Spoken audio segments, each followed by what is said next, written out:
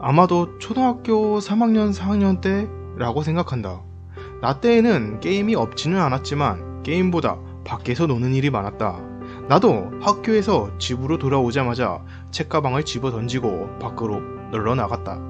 누군가와 약속을 한 건 아니지만 학교와 집 중간쯤에 위치한 놀이터에 가면 비슷한 나이대의 아이들이 모여서 놀고 있었다.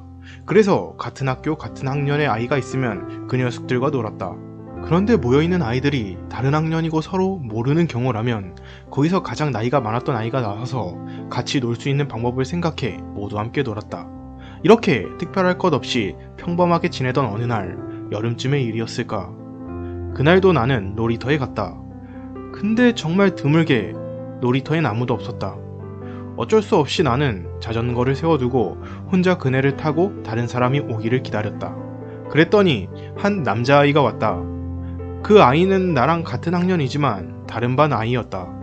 집도 근처가 아니라서 그냥 학교에서 지나가다 몇 번 봐 얼굴만 아는 정도. 이 놀이터에서 그 아이를 본 것도 처음이다. 어색해서 아무 말도 안 하고 있으니 그 아이는 내 옆에서 그네를 탔다. 아무리 기다려도 다른 아이들은 오지 않았다. 이렇게 뻘쭘하게 둘이 있자 그 아이가 나한테 말한다. 야, 내가 재밌는 거 알려줄게! 라면서 나를 근처에 있는 신사로 데려갔다. 신사는 주택가 사이에서 조금 높은 장소에 있었고 그 근처만 나무가 우거져 있었다. 빨간색 토리가 나란히 서 있는 걸 보면 아마도 여우신을 신앙하는 거겠지. 아무튼 자그마한 신사라서 평소에는 오고 다니는 사람도 적었을 것이다. 그때 역시 인기척은 전혀 느껴지지 않았다. 자전거를 평평한 곳에 세워두고 그 녀석은 토리 사이에 세워져 있는 돌계단을 통하지 않고 옆에 비탈길을 올라가더니 버려져 있는 페트병을 주었다. 뭐 하는 거지? 그렇게 보고 있으니 그대로 신사의 마당에 있는 세수터로 가더니 수도를 틀고 그 페트병에 물을 채운다. 야, 여기야 여기! 그리고 그 아이는 손짓해서 나를 부른다. 그 아이는 신사의 마루 밑으로 기어 들어갔다. 나는 이런 식으로 신사에 온 것은 처음이었다. 주로 가족과 함께 왔으니까. 이 신사 자체도 처음이었기에 나는 마루 밑으로 들어가는 것을 보고선 독특한 참배 방법이네? 라고 대수롭지 않게 생각했다. 아무튼 나는 참배하는 배전에 원래는 동전이라도 집어넣어야 했지만 갑자기 와서 아무것도 없었기에 참배하는 신용이라도 하고 나서 그 녀석을 따라 마루 밑으로 들어갔다. 신사의 마루는 생각보다 높았다. 뭐 높다 하더라도 1m까지는 아니었기에 초등학생이라도 서 있기는 힘들었다. 게다가 이런 마루 밑은 거미투성이라서 조금 기분이 나빴다. 그리고 그 녀석을 보자 그 녀석은 틈새로 햇빛이 비치는 곳과 어두운 곳 경계선 근처에 있었고 아래 땅바닥에 페트병에 물을 조금씩 쏟고 있었다. 뭐 하는 거야? 라고 물으니 여기서 진흙으로 인형 만들잖아? 그러면 그 인형 잠깐 동안 살아서 움직인다? 이 녀석은 개소리 하는 거야. 속으로 생각했는데 얼굴에서 티가 났는지 그 녀석은 야, 보여줄게 라고 말했다. 그러더니 물을 뿌린 진흙을 모아 인형을 빚기 시작했다. 진흙은 점점 사람의 형태가 되어간다. 조금 가늘고 회색이긴 했지만 꽤 익숙한 모양이다. 물론 진흙으로 만든 것이라서 팔다리를 길게 하면 부셔지다 보니 불가사리 같은 모양에 더 가까웠다. 이런 불가사리 같은 사람이 완성되자 그 녀석은 완성했어! 그리고 이렇게 하면 돼! 라고 말하며 인형을 땅에 내버려 두고서 밖에서 솔잎 같은 것을 주워다가 얼굴 부위를 그려주었다. 그러자 그 10cm 정도 되는 진흙 인형이 스프링이라도 들어간 인형처럼 상체를 일으켜 앉는 모습을 보였다. 어? 진짜로? 나는 무심코 소리를 냈다. 그리고 그대로 인형은 일어서서 괴상한 춤을 추더니 그대로 앞으로 픽 쓰러지고 움직이지 않았다. 뭐 이것뿐이지만 어때? 한번 해볼래? 그렇게 그 녀석은 나에게 물이 담긴 페트병을 건네주었다. 그리고 나도 페트병에 물을 땅에다가 쏟는다. 지점토, 차락보다 점성이 없어서 손가락을 제대로 만들어주지 못했지만 그것처럼 보이는 돌기를 만들어 주었다. 이렇게 반죽을 하고 있으니 진흙이 점점 뜨거워지는 느낌이 든다. 대충 모양이 잡히자 그 녀석은 이제 눈만 그려주면 될 것 같은데? 솔잎을 나에게 건네주었다. 그래서 나는 그 녀석처럼 간단히 두 점을 찍으면서 얼굴을 그려주었다. 얼굴을 그리자마자 뭔가 갑자기 소름이 돋았다. 역겨웠다. 그래서 무심코 인형을 땅바닥에 떨어뜨렸다. 그러자 그 인형은 치솟는 듯 일어서더니 앞뒤로 수에 구부러지면서 중심을 잡으려 하다가 앞으로 조금씩 기울더니 고꾸라졌다. 이때 갑자기 찬 바람이 불었다. 이 바람은 마루 중앙 쪽에서 불어와 나는 그쪽을 보았다. 어두워서 잘 보이지 않았지만 그 어둠 속에서 창백하게 빛나는 두 점을 보았다. 이는 생물의 눈 같았다. 갑자기 심장이 쿵쾅쿵쾅 뛰기 시작하더니 가슴이 아파진다. 여기 있으면 안 돼. 나는 생각했다. 미안, 나 돌아가야 될 것 같아! 라고 외치며 마루 밑에서 뛰쳐나왔다. 그 녀석을 혼자 남겨두고 토리가 있는 돌계단을 뛰어서 내려와 자전거를 타고 급하게 집으로 돌아왔다.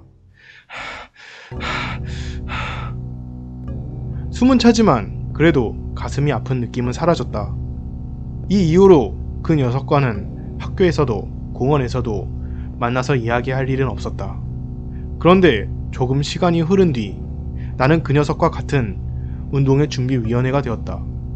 운동회를 위해서 우리는 여러 준비를 했다. 그리고 같은 시각이 끝났다.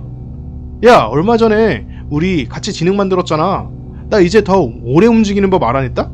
재물이 필요하긴 하지만. 집에 돌아가는 길 그 녀석은 빠르게 나에게 말을 걸어왔다. 뭐? 재물? 재물이 뭔데?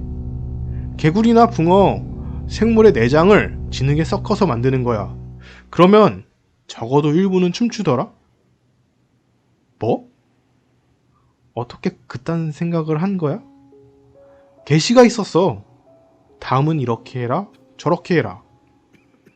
솔직하게 이 녀석 정신이 조금 이상한가? 개소리 하지 마! 라고 말하고 싶었으나 진흙 인형이 실제로 움직이는 것도 봤고 이상한 차가운 인기척도 느꼈다. 게다가 이 이야기를 하고 있는 그 녀석의 눈에서 저번에 보았던 그 차가운 눈이 생각나서 괜히 겁이 나기 시작했다. 야, 우리 한 번만 더 같이 하자! 아니, 난 됐어. 그 녀석의 말에 건성으로 대답하고 도망치듯 헤어져서 집으로 돌아왔다. 한 달 정도 지나자 그 녀석은 학교조차 오지 않게 되었다.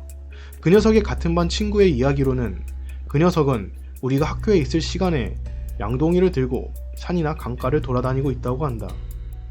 누구는 학교에서 돌아오는 길에 그 녀석이 낚싯대를 들고 자전거를 타고 어디론가 급히 가는 것을 봤다고 한다. 설마 재물을 잡으러 다니고 있나? 이런 생각이 들자 점점 무서워졌다. 그 녀석과 한 번이라도 같이 그런 짓을 했다는 게 후회스러웠다. 그리고 10일 정도가 지났을 때의 일이다. 태풍이 너무 심해서 학교가 오전 중에 끝이 났다. 그런데 그날 오후 거친 빗속에서 벼락이 떨어졌다. 바로 그 신사에. 근처 소방서에서 그 신사로 급하게 가봤지만 비 때문인지 다행히 불은 나지 않았었다. 아니, 다행은 아니었던 것 같다. 어둑어둑한 어둠 속 소방관 한 명이 신사의 마루 아래에서 보이는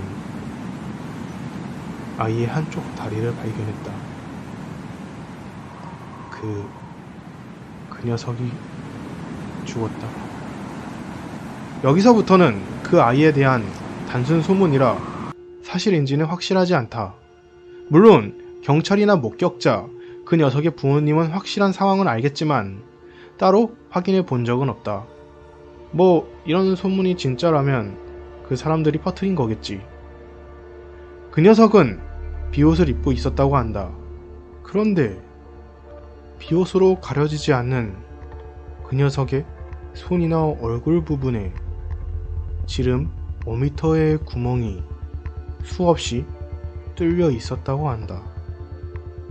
하지만 이 구멍은 사람이 죽을 정도가 아니었기에 이 아이가 죽은 뒤 야생동물에게 공격당한 것이다 라는 결론이 났다고 한다. 그리고 그 녀석이 죽어있던 신사의 마루는 생선 비린내나 여러 역겨운 냄새가 나고 후덥지근했다고 한다. 게다가 그 녀석의 근처에는 여기저기 생선, 뱀의 머리가 떨어져 있었다고 한다. 뿐만 아니라 마루 중앙에는 수백 구, 아니 1000개에 가까운 수많은 진흙 인형이 쌓여져 있었다고 한다. 우리 같이 인형 만들자.